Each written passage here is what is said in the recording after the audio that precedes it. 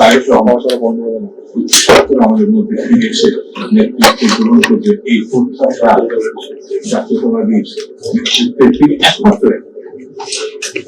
অনেকে বলে কেন আসছে না, আমি বলি যে তারপরে এটা ছেড়ে দাও। এই কারণে জাতীয় আন্তর্জাতিক নানান ষড়যন্ত্র আমাদের মাথায় রাখে। ধানের শীষ নিতে বললে দিতে, এটা কার মানে?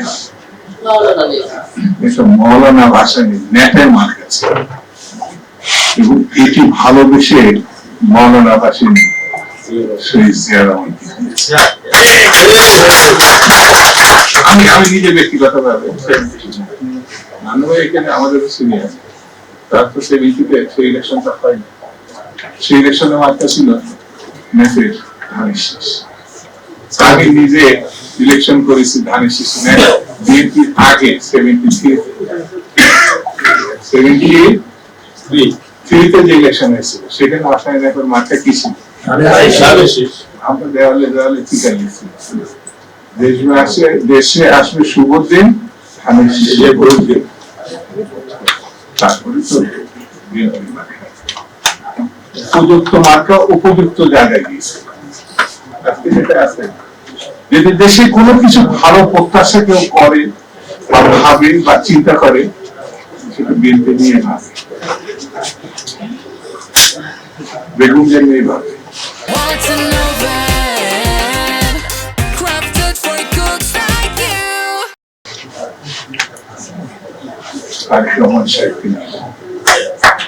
এটাই বাস্তবতা। এই বাস্তবতার বাইরে গেছে, যেমন কালকে সারা রাত দেশের মানুষ জেগেছে। গতকাল সারা রাত আমি যতটুকু জানি দেশের মানুষ জেগেছিল যে তাদের মা, তাদের নেত্রী, যে মানুষটার জন্য গণতন্ত্র ফিরে এসে সেই বেগম জিয়া তো সম্পদ, এই বেগম জিয়া সবাই নামাজ পড়ে সারা রাত যায় না। আমি যতটুকু জানি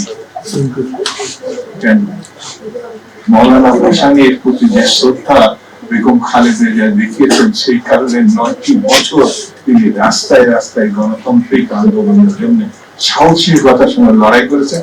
আমরা ছাত্র কর্মী হিসেবে সেই সময় যেমন বেগম মৌলানা ভাসানীর সঙ্গে তেমনি আমরা বেগম, সেই কারণেই আজকে গণতন্ত্র কিন্তু ফিরে আসা সম্ভব। সেই জন্য বন্ধুরা, আজকে যারা এখানে আছেন তাদের প্রতি আমার বিশেষ অনুরোধ, জাতির ইতিহাসে আমাদের সঙ্গে আমাদের পূর্বপুরুষ হিসাবে